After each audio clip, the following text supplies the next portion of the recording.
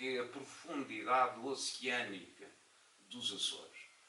E, portanto, um arquipélago com estas características, obviamente, toda a sua relação com o que é externo, com o mundo, passa muito pelos transportes. E há uma primeira fase, obviamente, que são os transportes marítimos, que acho que é uma história importante que ainda está por fazer, no que diz respeito aos Açores. Quem quer que visite o Museu da Marinha em Lisboa, na parte dedicada à Marinha Mercante, há de reparar que os Açores tiveram um contributo muitíssimo expressivo nas companhias de navegação, nas companhias marítimas. A empresa insulana de navegação, a Companhia dos Carregadores Açorianos, etc. E, portanto, a forma como vejo o arquipélago e a função de articulação e de escala que o arquipélago desempenhou ao longo de séculos entre a Europa e a América, sobretudo, é uma forma que eu acho que tem a ver com uma abordagem que passa muito pela história dos transportes marítimos e depois aéreos. E agora, embora eu, como historiador, não me compete a mim ler o futuro, eu não sou um oráculo, mas numa dimensão mais prospectiva, obviamente que não podemos estar aliados das perspectivas que se abrem, designadamente na ilha de Santa Maria, e não só, para uma nova dimensão, que é a do aeroespacial, não é? Que é para nós não termos esta noção, que eu acho que às vezes parece que estamos a volar um morto, peço desculpa da expressão, que é estarmos aqui a falar da aviação como se isto fosse uma espécie de um museu, não é? Ou seja, de algo que deve ser só museologizado. De facto, há uma história da aviação nos Açores, importa que as pessoas estejam conscientes dela, importa que as pessoas tenham consciência do quanto a aviação contribuiu para a internacionalização dos Açores, mas há um presente, não é? E estão aqui muitas pessoas na sala e aqui ao meu lado que têm a ver com esse presente, que é a questão do Centro de Controlo de Tráfego Aéreo. E há também uma dimensão futura e prospectiva, não é? Que, pelo menos no discurso do atual responsável político pelo Ministério da Ciência e da Tecnologia e do projeto do Air Center, etc., há uma dimensão prospectiva que aponta para uma vocação, um refresco, um refrescar da vocação internacional de observatório que este arquipélago tem de fenómenos à escala global e, nomeadamente, dos fenómenos que se passam na chamada bacia do Atlântico. E pronto, isto para a apresentação de um livro foi uma coisa muito desconchavada, peço desculpa, mas se tiverem algumas questões a colocar ou entrarmos em diálogo, encantado da minha parte. Ainda antes, obrigado aos dois. Ainda antes de passar aqui a palavra para abrirmos o debate, desenvolvendo depois de apresentarem a obra, desenvolvendo aquilo que poderia ter dito no início, nós, desde a primeira hora, embarcamos aqui nesse projeto. Em 2003, no Dia Internacional da Aviação Civil de 2003, o professor Carlos Sá veio cá fazer uma conferência dos Açores como aeroportos. Dos Açores como aeroportos. Em que do singular do título partia para essa multipolaridade da história da aviação dos Açores. E já tinha aqui esse projeto em mãos. E desde essa altura ficámos convocados para o último dossiê, que era a história da aviação civil. E foi com muito gosto que participámos e coordenámos aqui a lista de autores, de autores para a produção deste dossiê, que está na íntegra, o Seio na Atlântida está na íntegra. Está na íntegra de Santa Maria. Aqui nesta obra. e o António, peço desculpa de te interromper, Já passaste mas à isto fase de é uma Hobbes. vénia a Santa Maria, que eu tínhamos esquecido de fazer publicamente. Já há pouco tive a oportunidade de dizer isso, enfim, ali na entrevista que me foi feita, e que pronto, este livro chama-se 100 anos de aviação, nos Açores, mas o nome do projeto inicial, quando foi apresentado ao IAC, era Asas sobre o Atlântico. E eu aproveito, aliás, para dizer que a minha intenção ao batizar Asas sobre o Atlântico não foi raptar ou sequestrar nenhuma patente a Santa Maria, não é? Foi, pelo contrário, fazer a minha vénia, enfim, pus-o sobre o Atlântico para não se confundir, mas justamente para complementar aqui a intervenção do António, recordando essa pequena, não foi uma conferência, uma lecture que aqui foi feita em 2013, justamente para assinalar o Dia Internacional da Aviação Civil, ali no hotel do aeroporto, que de facto Santa Maria sempre esteve particularmente ligada, digamos, a este projeto. Não só até pela relação que eu, entretanto, à altura, tinha estabelecido com o António no âmbito ali da Universidade dos Açores, como questões que tiveram no âmbito da formação da própria associação, a LPAZ, que era a questão da torre do aeroporto, que, enfim, uma pessoa a ver, será que isto veio abaixo, não é? É importante preservar e chamar a atenção, nomeadamente os responsáveis políticos, para preservar e recensear, por assim dizer, o que existe nos Açores em termos de património aeronáutico, não é? Até para destemperar um bocadinho uma certa visão, não direi visão, mas enfim, um certo monopólio que, quando se fala de património aqui na região, um certo monopólio, enfim, eu não sou anticlerical, não interpretem mal as minhas palavras, mas um certo monopólio que a arte sacra tem, não é? E, portanto, há muitos patrimónios a preservar e o património aeronáutico é, sem sombra de dúvida, um deles. Deixou marcas no território açoriano, em várias ilhas, daí eu considerar que era um disparate fazer um museu numa única ilha, num único território, não é? O que eu acho não é que eu seja aqui adepto da construção agora de vários museus da aviação, mas é chamar a atenção das pessoas e do público menos familiarizado com a realidade do arquipélago, que muitas ilhas, até ilhas improváveis, como é o caso das Flores, por exemplo, muitas ilhas têm a ver com a aviação e com essa função. Nas Flores é o caso patente do observatório, não é? Porque a base francesa, como sabem, era para monitorizar os arianos que saíam da Guiana Francesa e atravessavam o Atlântico, etc. Portanto, Santa Maria tem muito a ver com este projeto, é-me particularmente grato estar hoje aqui presente. Acho que é fechar, enfim, isto não é um cumprimento de circunstância, um cumprimento sincero. Acho que faz todo sentido estar aqui a fechar com chave de ouro nesta ilha a apresentar este livro, porque se há interesse, ou melhor dito, a maior densidade de interesse aeronáutico por metro quadrado que existe nos Açores, é claramente na ilha de Santa Maria.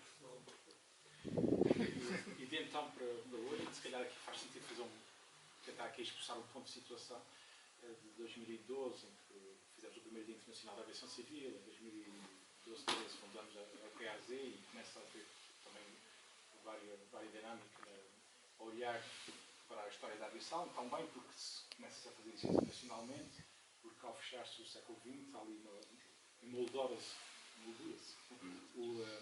o século XX como o século da aviação. Temos essa visão de distância a partir de quando se fecha o século. Entretanto, com todo esse movimento que também foi acontecendo aqui pelos Açores, aqui em Santa Maria evoluímos bastante, não é? Desde em 2012 que a perspectiva era a torre ser demolida, há o projeto da sua renovação e instalação do polo museológico do aeroporto, concursos que aconteceu agora em setembro, outubro, mas vai ter que ser reaberto, porque entretanto as condições de delegação foram também influindo e vai ser preciso um investimento maior.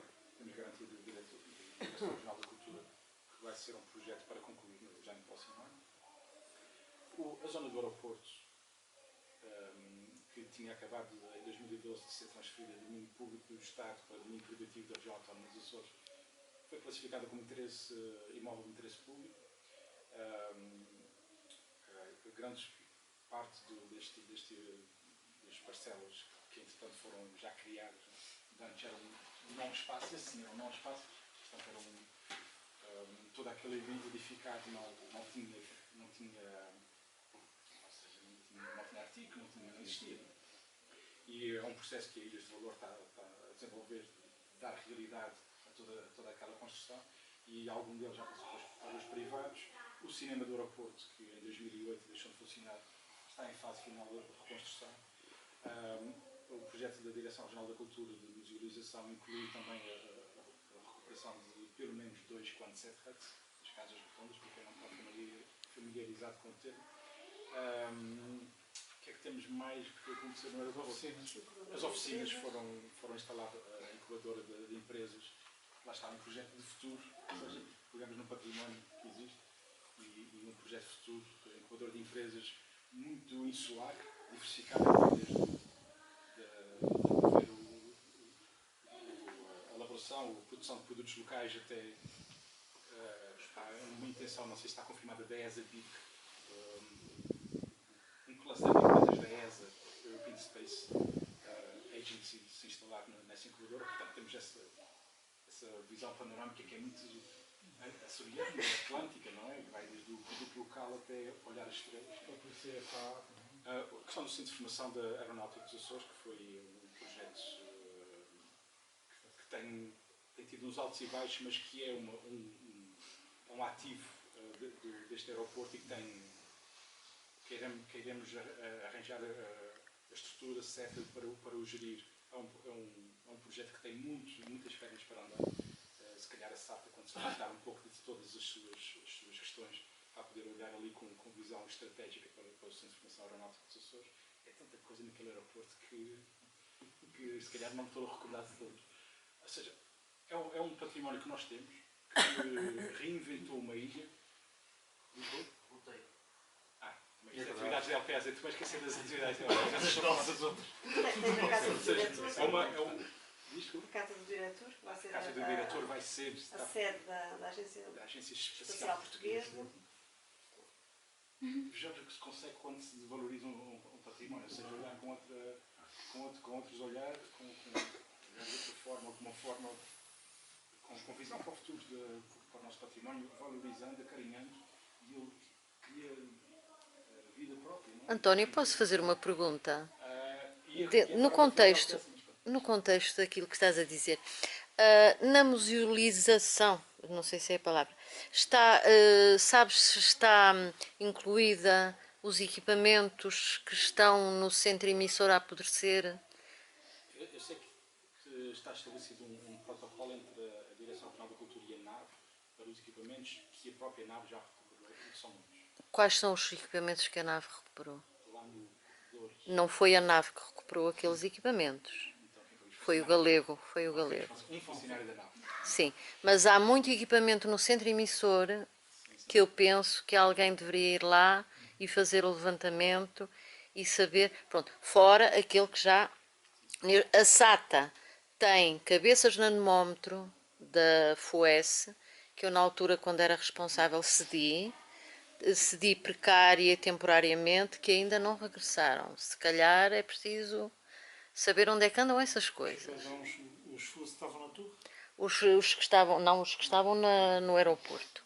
Eu acho que sim, o facto é que temos imenso As cabeças de material. anemómetro estão na Temos imenso SATA. material, e o facto é que a torre e a sala de controle só não têm espaço físico para... Não tem, nem vai A ter. torre e sala de controle vão contar, no máximo, a história da construção da base A antiga secretaria era um bom sítio.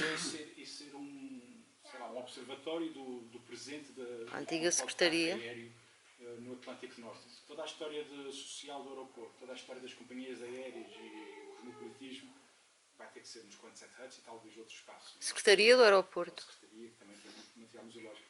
Alguém sugeriu aqui também falar um pouco das atividades da LPAZ, que entretanto, o mais recente, inauguramos no dia 4 de agosto passado, quando se comemorou os 75 anos da chegada do primeiro contingente americano, o roteiro do aeroporto, ou seja, com uma aplicação apenas com a leitura do código QR, temos acesso a um site que é quase um primeiro passo para o museu virtual do aeroporto de Santa Maria, com 221 estações que nos remetem para o património existente e não existente, ou seja, já destruído do aeroporto de Santa Maria. Mais 70 spots. Temos uma revista que vai fazendo a revista das atividades da LPAZ e vai agregando uma série de artigos que vão sendo publicados sobre esta temática. Fazemos mais. Temos de 2 em 2 anos fazemos o colóquio LPAZ, em que tem reunido cerca de 40 investigadores de várias perspectivas da aviação, do turismo, da área económica, mas também a história, relações internacionais, também o urbanismo, da aviação, literatura, que se calhar foi por aí como começámos, que o primeiro colóquio era aviadores, escritores, aviadores, Saint-Exupéry e outros. O segundo foi aviação, o seu impacto no tempo e no espaço. E conseguimos, atraímos a Santa Maria, nos dois, cerca de 40 investigadores portugueses, eram apenas 4 ou 5. Editaram os seus livros na sequência desses colóquios, do qual o segundo que temos ali fora, essa edição, que é uma edição da Le Manuscrit, uma editora em Paris, por via da APF, a Associação Portuguesa de Estudos Franceses, e que tem 9 artigos em inglês e 10 em francês e 1 em português. Portanto, a atividade da LPAZ tem sido sobretudo isto, e tentando sempre ser um parceiro. Claro que ficam sempre coisas por dizer, que é, enfim, aqui no livro, não ficarem com a ideia também que todo o conteúdo tem a ver estritamente com aviação, enfim, no sentido quase técnico do termo. Porque a aviação, aliás, como se pode notar aqui só pela esta revisão que o António agora fez das iniciativas dos colóquios que a LPAZ tem promovido, enfim, aqui no Asas sobre o Atlântico e neste livro, estão também muitos aspectos que me parecem interessantes, porque a aviação, obviamente, é transversal e toca vários planos e várias dimensões da sociedade. Não é? Por exemplo, a arte, um artigo bastante interessante que aqui é escrito e que aqui aparece publicado, tem a ver com um conjunto delicioso de 6 aguarelas que eram muito pouco conhecidas do Domingos Rebelo, enfim, pintor açoriano muito insensado, que são 6 aguarelas chamadas À Espera do Avião, que é, enfim, ainda por cima aguarelas com um teor humorístico, porque em 1926, salvo erro, 26, portanto há o primeiro voo Lisboa feito por portugueses pela aviação naval, Lisboa, Madeira, Açores, não é? Que aliás acaba por, não é bem tocar, mas fica aqui, não é? Eles vêm da Madeira aqui e estabelecem contacto de rádio com Santa Maria. Já fui verificar isto porque fiquei muito curioso. Lá está, a história não consegue fugir de Santa Maria. Desculpa lá. Desculpa lá os não marianos. Mas o primeiro voo, ou seja, acaba por ser o primeiro voo entre a Europa e os Açores, é feito por portugueses, voo Madeira-Açores. Realmente o primeiro plano de voo é Madeira-Ponta Delgada, mas não conseguem evitar. Tiveram que amarar. Santa Maria, amararam. Tiveram que amarar no cais. Depois, naturalmente foram embarcações à embarcação, ao hidroavião, porque era um cais e era assim, se calhar foi assim que funcionou na Vila Franca e coisa também. E ao chegarem à tripulação, verificaram que para já tinha um problema mecânico, os bombas de combustível, que queriam solucionar, mas queriam já desde logo mandar a mensagem para a Marinha, de que tinham chegado aos Açores, estavam em Santa Maria. No entanto, a nossa estação TSF ficava na Faneca. Para além de funcionar muito mal, ficava na Faneca, que na altura tinha que ser a cavalo e ficava a 3 horas de distância.